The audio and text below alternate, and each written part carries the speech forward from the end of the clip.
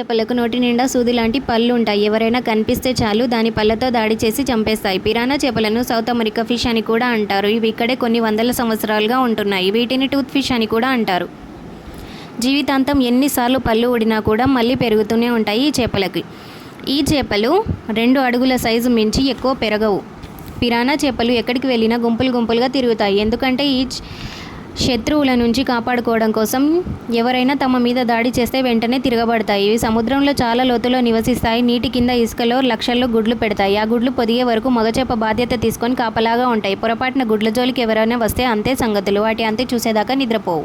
ఇవి నివసిస్తున్న నీటిలో ఏదైనా పెద్ద శబ్దం వచ్చినా, రక్తంతో కూడిన వాసన వచ్చినా వెంటనే గుంపులుగా అక్కడికి చేరిపోతాయి. ఏదైనా జంతువు కానీ మనిషి శరీరం కానీ వీటికి దొరికితే గుంపులు గుంపులుగా దాడి చేసి పీక్కొని తినేస్తాయి. పిరానా చేపలు నీటిలో ఒక రకమైన శబ్దాలు చేస్తాయి. వాటికి ఆహారం దొరికిన వెంటనే ఈ శబ్దాల ఆధారంగా మిగిలిన చేపలు అన్నీ ఒకేసారి వచ్చి వాటిని తినేస్తాయి.